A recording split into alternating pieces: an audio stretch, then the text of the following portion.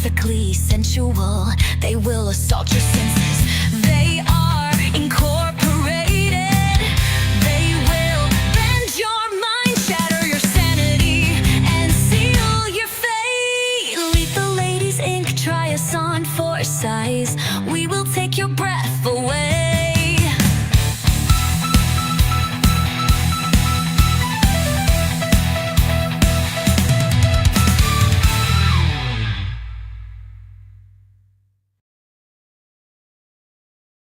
Now, for the moment you've all been waiting for.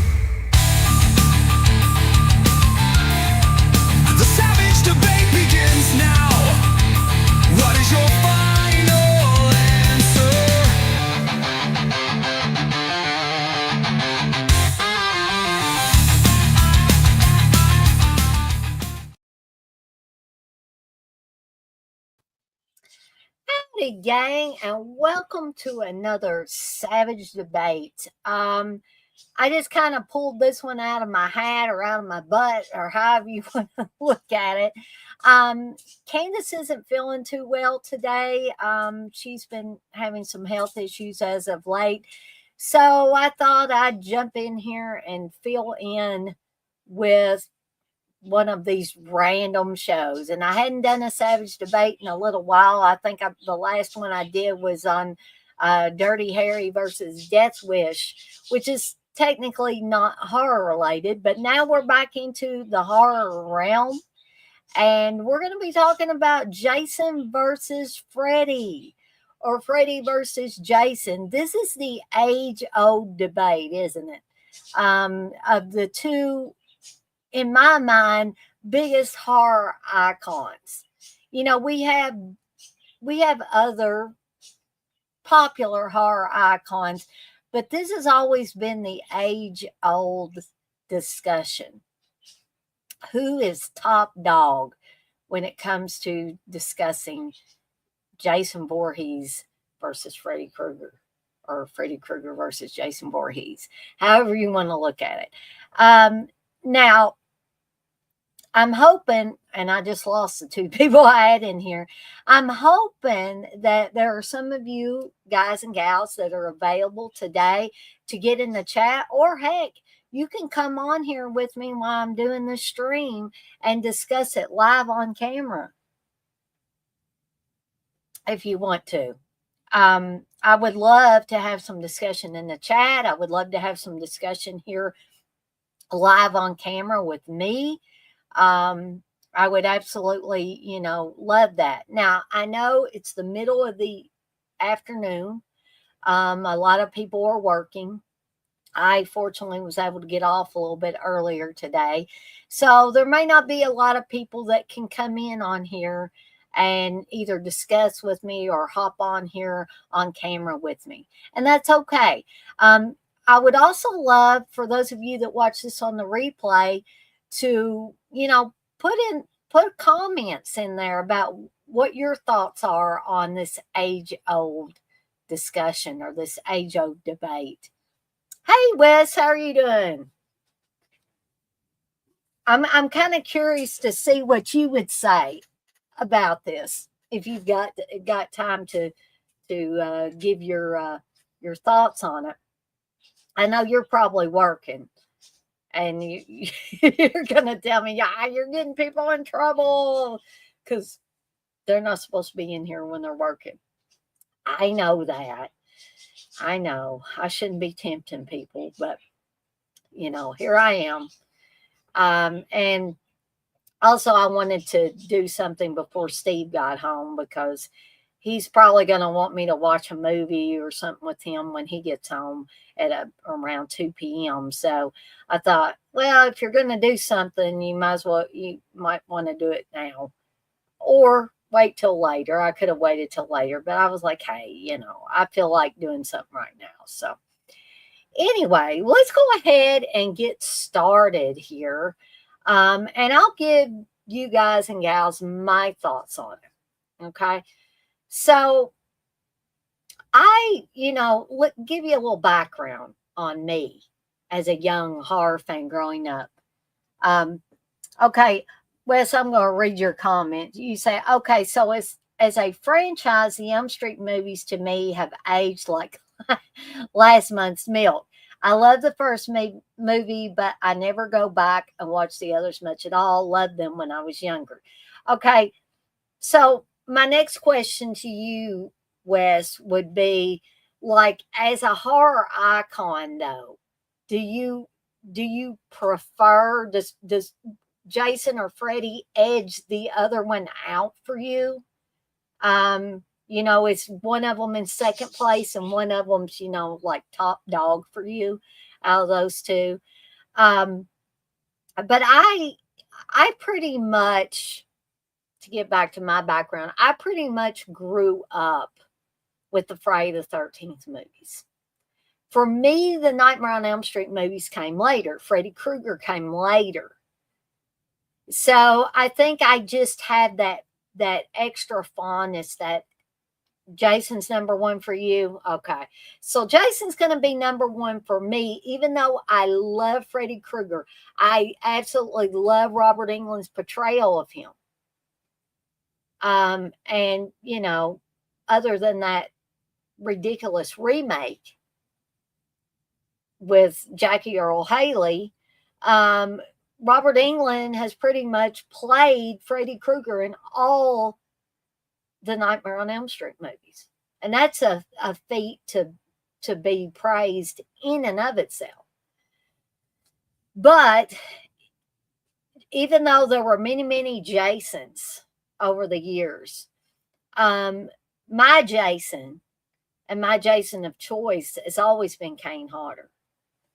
And, this is another story for another day, but I still think that Kane Hodder was shafted when it came to Freddy versus Jason.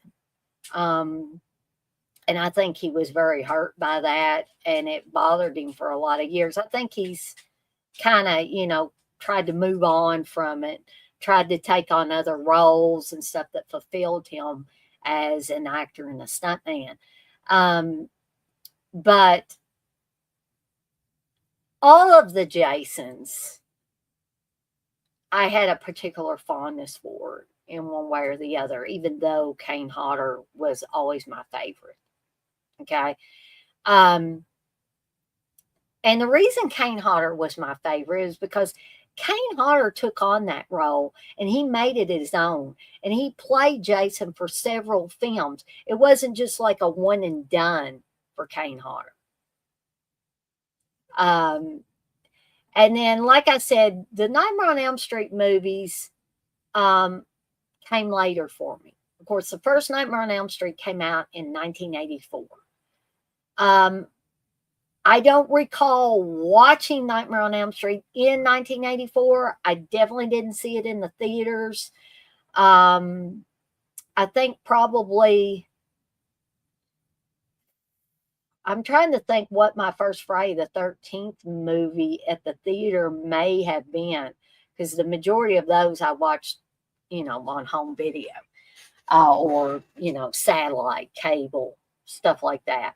It may have been Jason Goes to Hell, or possibly, I don't think, no, it wasn't Jason Goes to Hell. Maybe it was Jason X, possibly. Possible. Not Jason Goes to Hell, because I think I watched Jason Goes to Hell like on pay-per-view or satellite or something. And it was many, many moons Probably the first Nightmare on Elm Street movie I saw at the theater was Freddy's Dead. I don't think I saw any of the Nightmare on Elm Street movies prior to that one in the theater.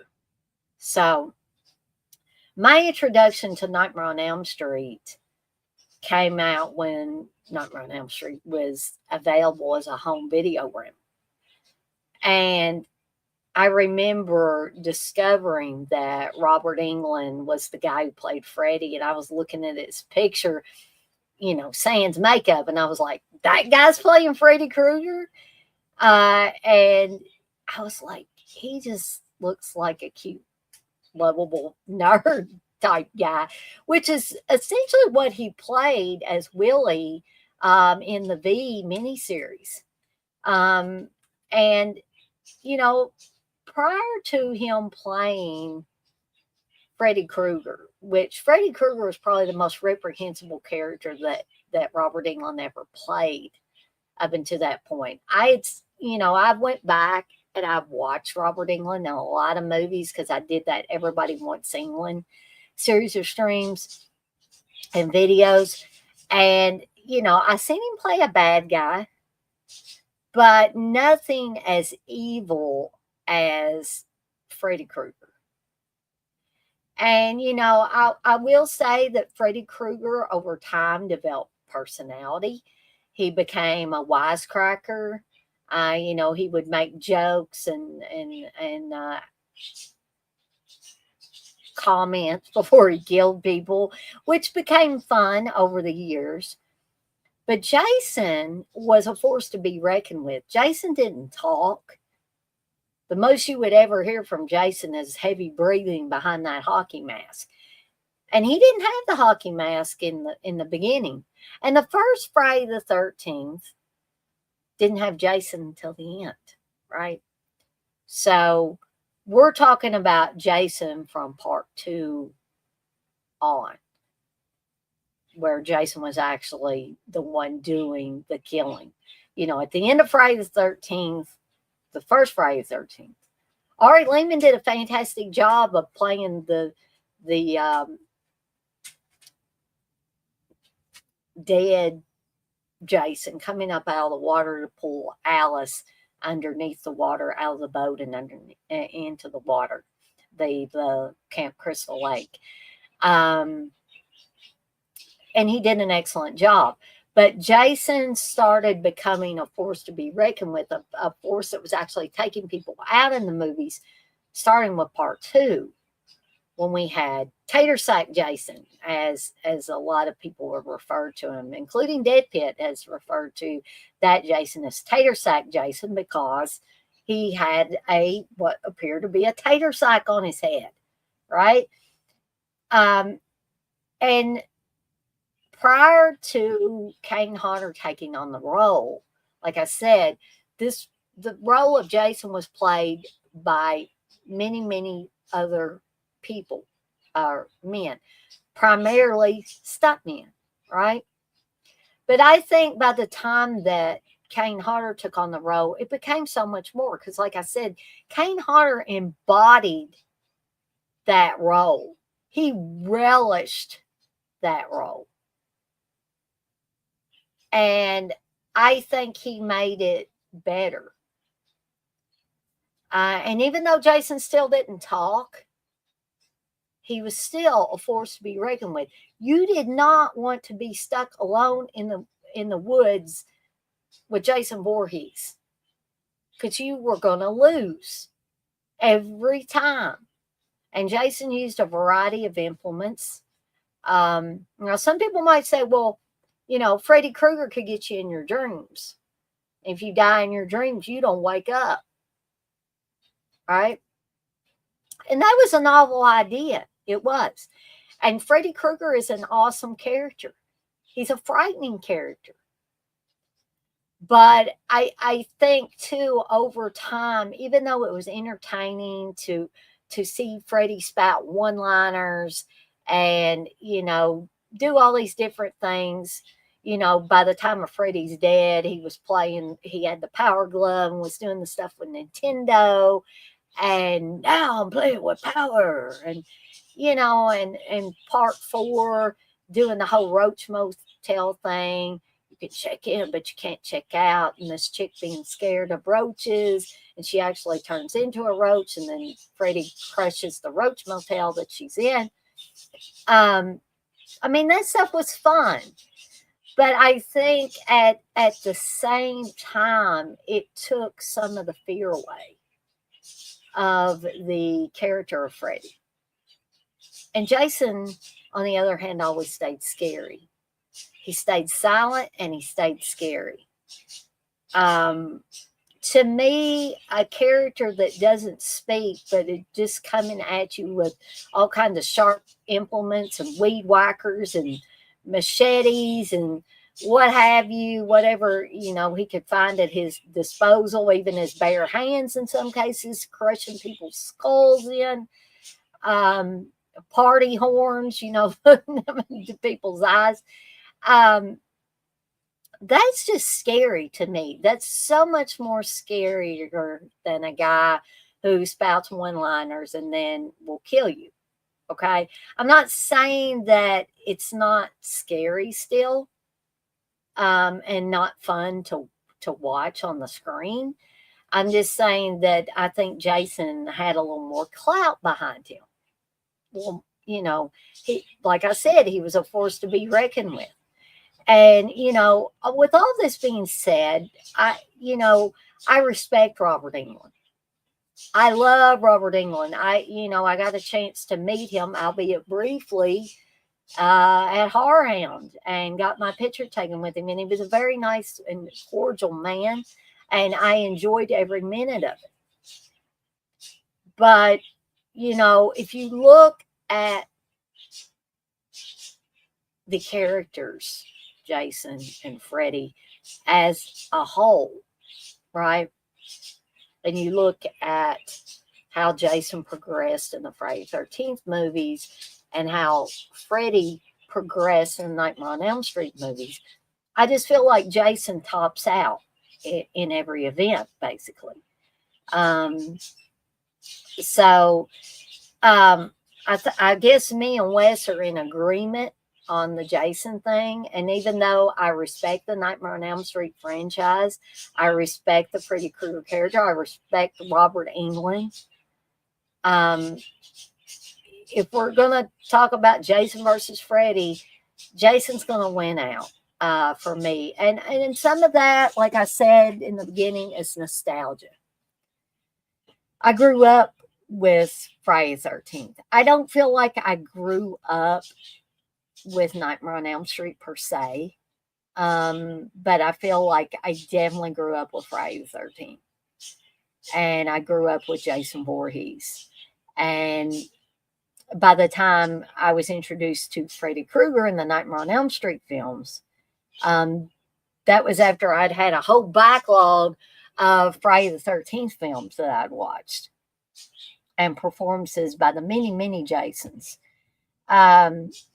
Now, had I seen Nightmare on Elm Street films before I seen Friday the 13th films, we might be talking about this differently.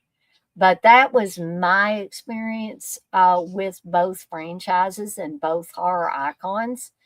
And again, I don't intend for these things to be very long, because honestly, without somebody on here with me, or without a lot of people in the chat, I'm just going to start retreading the same stuff. But I did want to get on here and talk a little bit about my thoughts on Jason versus Freddy. And I want to thank Wes for being in here and giving his thoughts. And for those of you that were watching that maybe didn't feel comfortable getting in the chat, I appreciate you being in here and watching me as I talked a little bit about both of these horror icons. And for those of you that will watch this on the replay, I want to thank you in advance as well. And please, feel free to comment under this video and tell me who is your favorite horror icon out of these two and why. I would love to hear people's thoughts on it. So I guess that is it for me for now. Stay tuned. I got a couple of watch-alongs coming up this weekend. Saturday's watch-along starting at 7 p.m. Eastern Time will be City of the Living Dead, a.k.a. The Gates of Hell. If anybody wants to join me live on the stream for that watch-along, just let me know, and I'll make sure you get the link, okay? Sunday's watch along will be just one of the guys. That will also be starting at 7 p.m. Eastern Time. Again, if you'd like to join me live on the stream for just one of the guys, just let me know. I'll make sure you get the link to join me live. And with all that being said, as always, I'm off like a dirty shirt. This shirt ain't dirty, but I'm off like one. And I want to remind everybody, as I always do before I get off of here for the afternoon, to be kind to one another and blaze that trail. And also continue that savage debate, folks. I'll see everybody next time.